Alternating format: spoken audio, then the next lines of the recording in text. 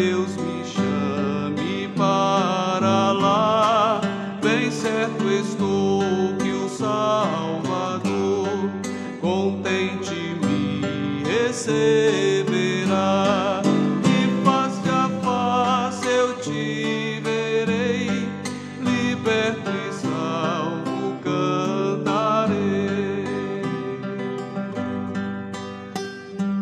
Ali a voz me soará de Cristo meigo redentor, fiel, bom servo, bem está, entra no gozo do Senhor, e face a face eu te verei, liberto e salvo cantarei, e face a face eu te verei, liberto e salvo cantarei. Para Jesus eu vou viver e minha luz fazer brilhar, de dia em dia hei de fazer o que é o meu Salvador honrar, e face a face eu te verei, liberto e salvo cantarei, e face a face eu te verei, liberto e salvo cantarei. Amém. Você está na Quarta com o Bispo, um programa da Igreja Metodista.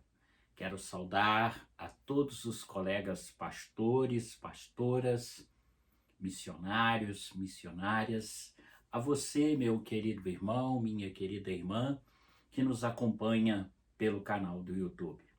Se você puder, dê o seu like, o seu joinha, e seja um missionário digital compartilhando este link com seus irmãos e irmãs em Cristo.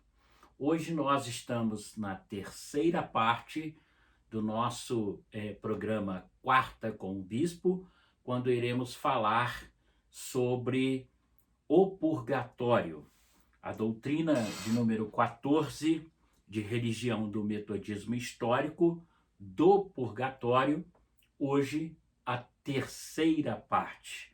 Mas antes, vamos ouvir a leitura da Palavra de Deus, a Palavra do Senhor, nesta noite, no Evangelho de Lucas, o capítulo de número 4, o versículo 8. Lucas 4, apenas o versículo de número 8.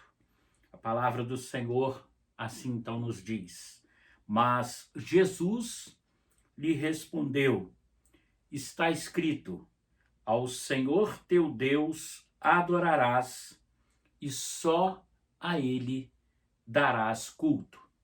O Senhor Jesus então disse: ao Senhor teu Deus adorarás e só a ele, somente a ele, darás culto. Palavra do Senhor no Evangelho de Lucas, capítulo 4, o versículo de número 8. Quando vamos hoje falar sobre a terceira parte desta doutrina de número 14 do purgatório, nós queremos enfatizar nesta terceira parte a nossa reflexão sobre práticas absurdas desta doutrina romana. E vamos estar, assim, então, enfatizando sobre a venda de indulgências, a veneração e adoração a imagens e a invocação de santos, como também vamos estar falando sobre o que pensam os teólogos do século XX a respeito deste assunto e a Igreja Metodista. Mas vamos então, antes, ouvir essas três situações, né? A primeira, a venda de indulgências.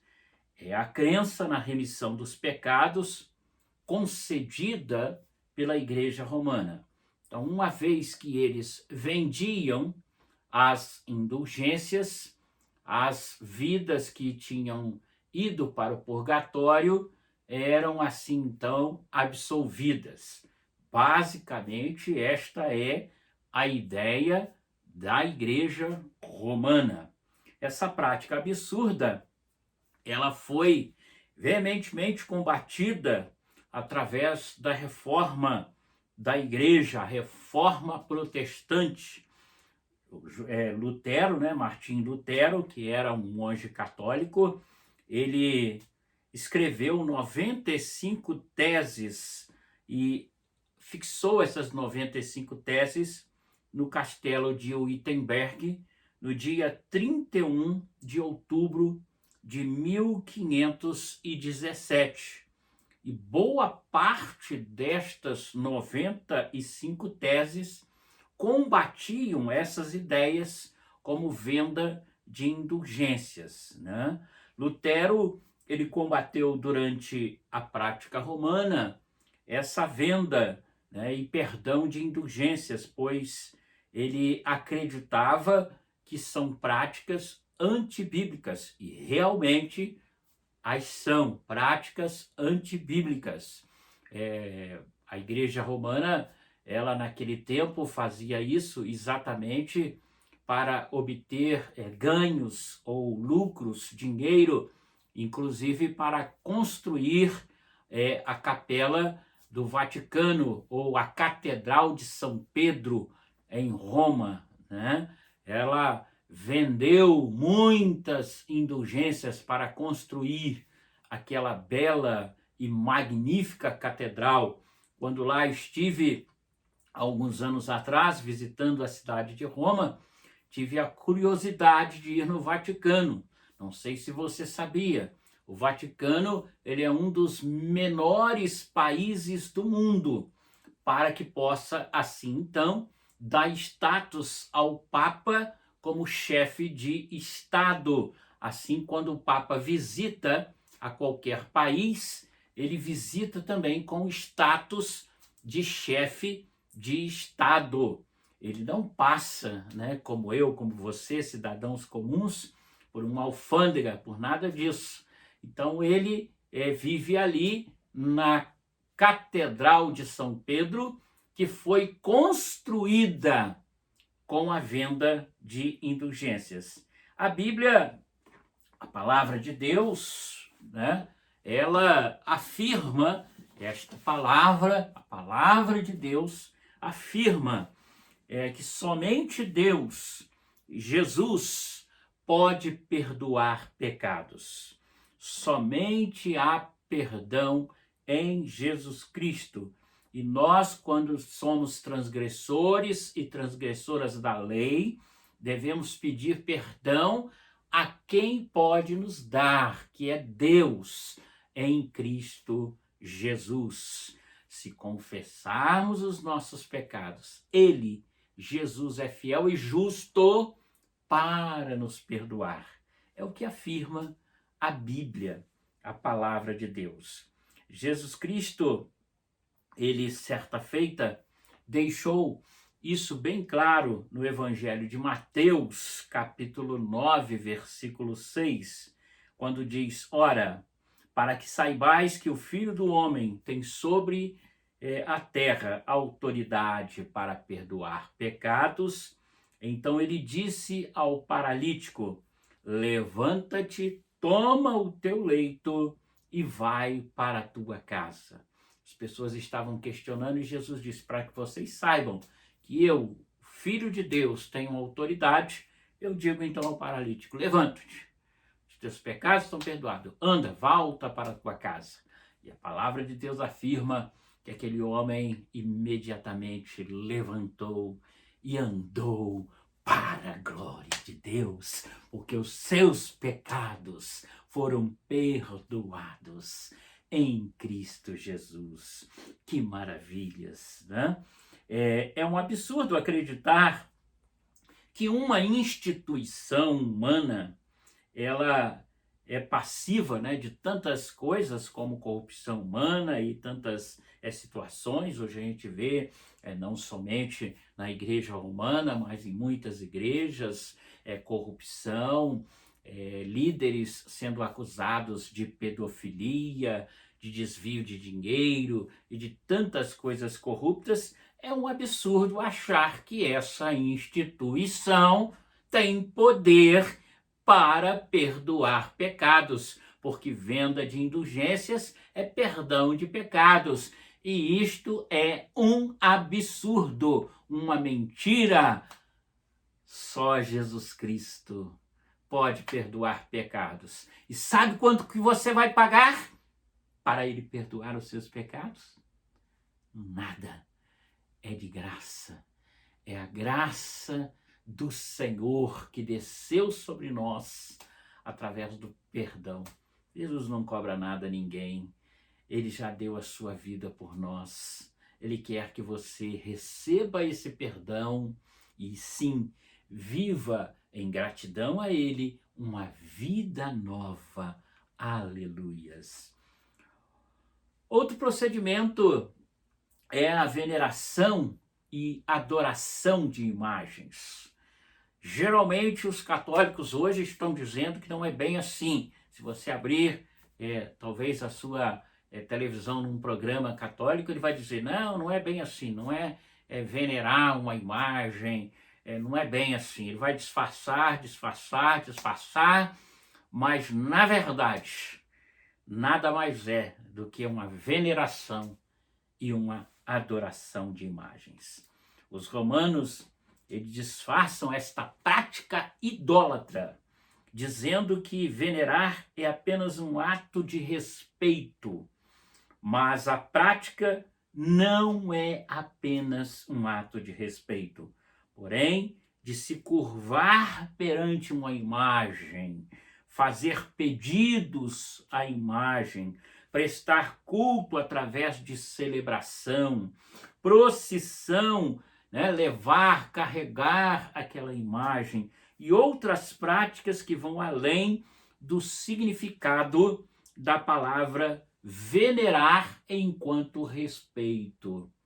Então, muitas explicações que são dadas que diz que venerar é somente respeitar, é lembrar e citar até versículos bíblicos. Isso aí, cuidado, porque a prática não é essa.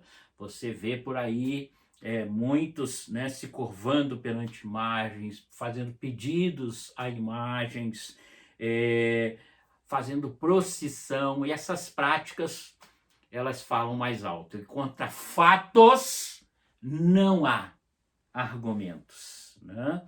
E a Bíblia afirma, não farás para ti imagem de escultura, nem semelhança alguma que há em cima dos céus, nem debaixo da terra, nem nas águas, nem debaixo da terra. Não as adorarás, nem lhes dará culto.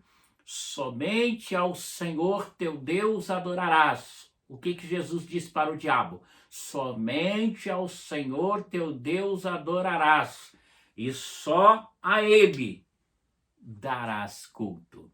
Foi o que disse Jesus, é o que diz a palavra de Deus.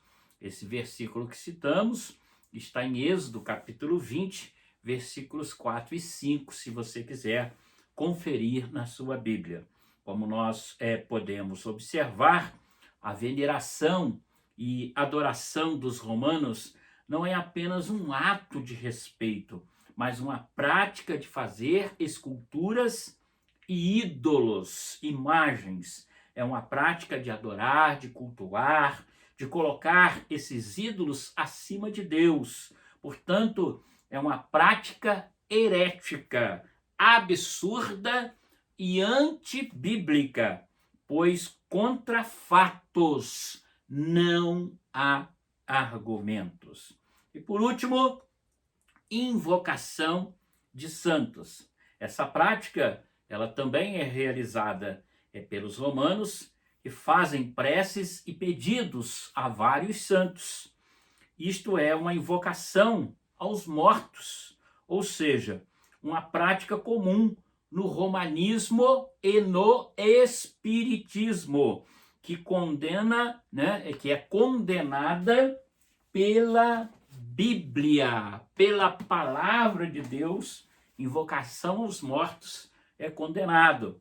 Olha o que nos diz a palavra de Deus em Deuteronômio, capítulo 18, versículos 9 a 14. A palavra de Deus diz assim: quando entrares na terra que o Senhor teu Deus te der, não aprenderás a fazer conforme as abominações daquelas nações.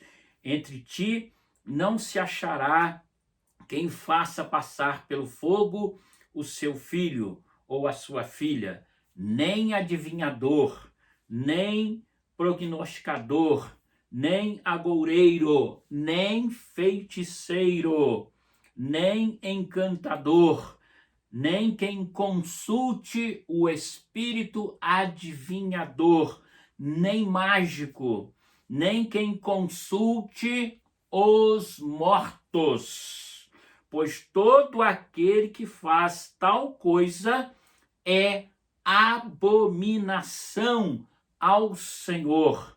E por esta abominação, o Senhor teu Deus os lança fora de diante de ti. Perfeito serás como o Senhor teu Deus, porque estas nações que has de possuir ouvem prognósticos e adivinhações. Porém, quanto a ti, o Senhor teu Deus não permitiu tal coisa. É o que afirma Deuteronômio 18, 9, 14, palavra do Senhor. Então, além deste destaque da palavra de Deus, sabemos também que a Bíblia afirma que não há nenhum mediador entre Deus e nós, senão nosso Senhor e Salvador Jesus Cristo.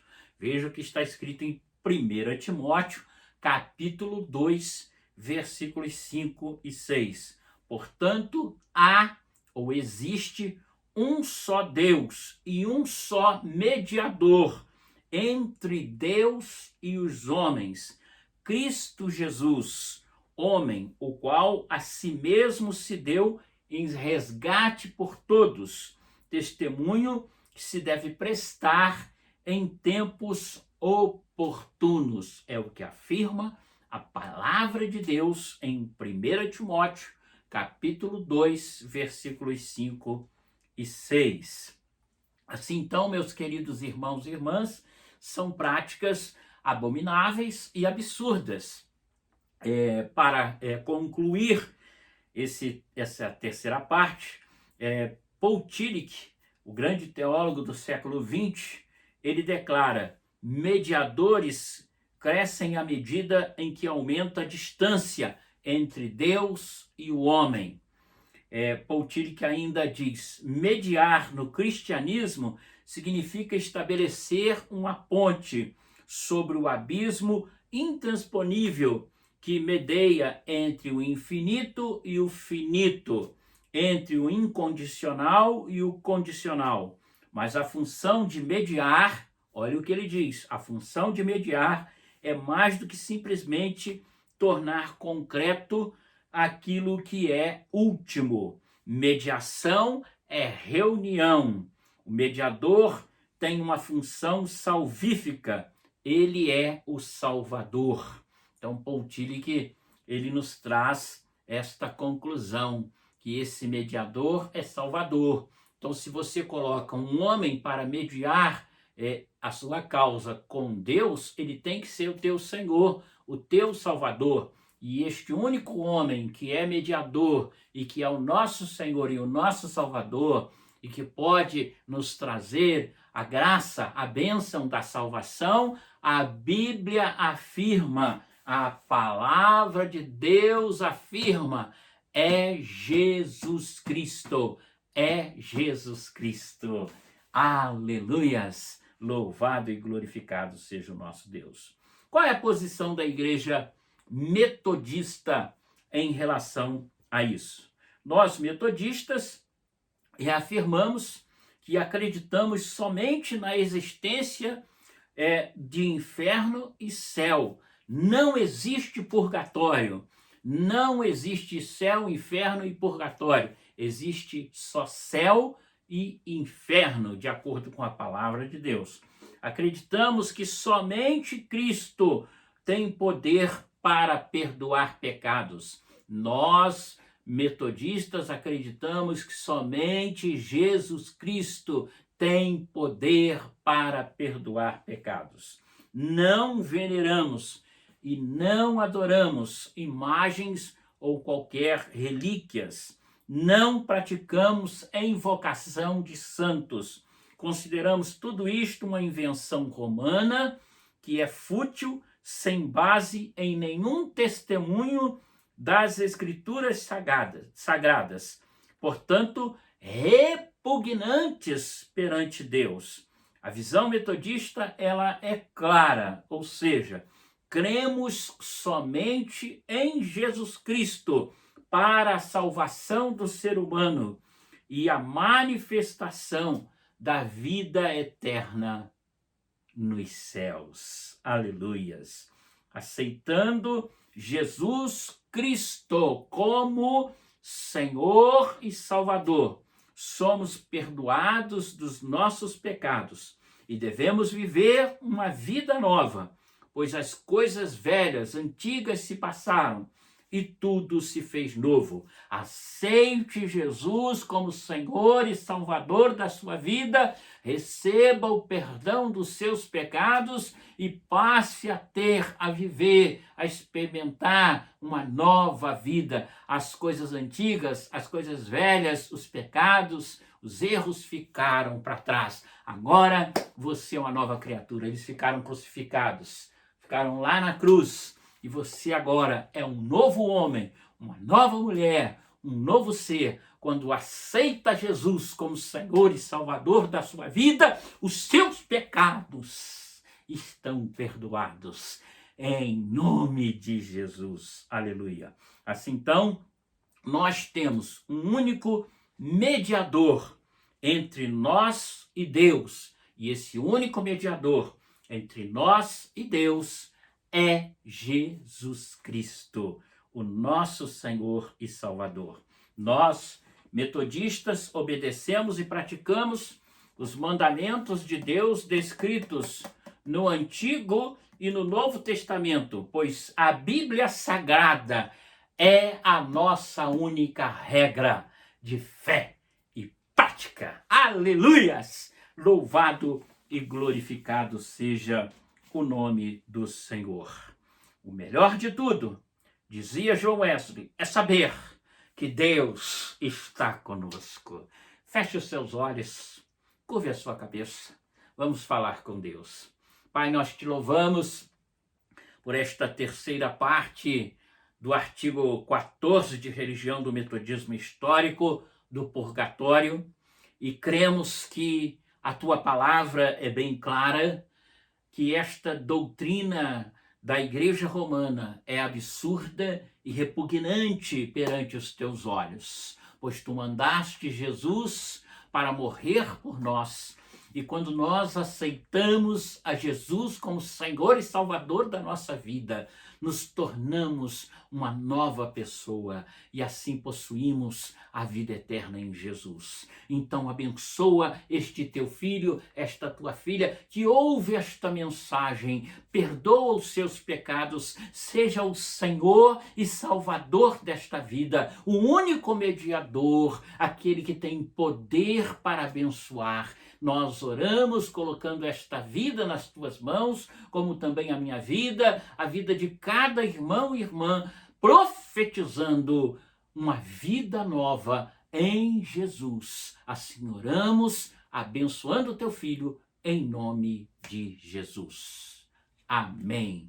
Deus te abençoe, em nome de Jesus. Quero te convidar para estar conosco em nossa vigília regional de oração, na última sexta-feira deste mês de setembro. A última sexta-feira será no dia 24, e a partir das 21 horas nós estaremos por este mesmo canal de YouTube em nossa vigília de oração. Estará sendo dirigida pelo Distrito Norte do Espírito Santo, através da vida do pastor Marcelo e demais pastores e pastoras desse distrito.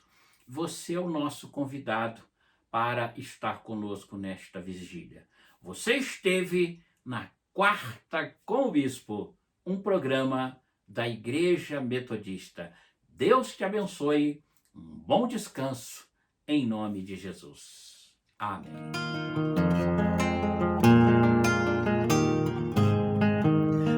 Excelso Deus, Senhor, buscamos teu favor em oração. Concede-nos a paz, governo bom, capaz, o bem que satisfaz a salvação.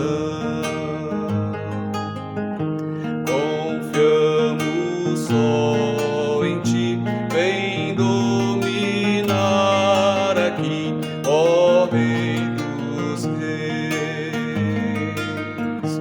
Dirige o pátrio lar, ensina a governar conforme o teu mandar, por justas leis.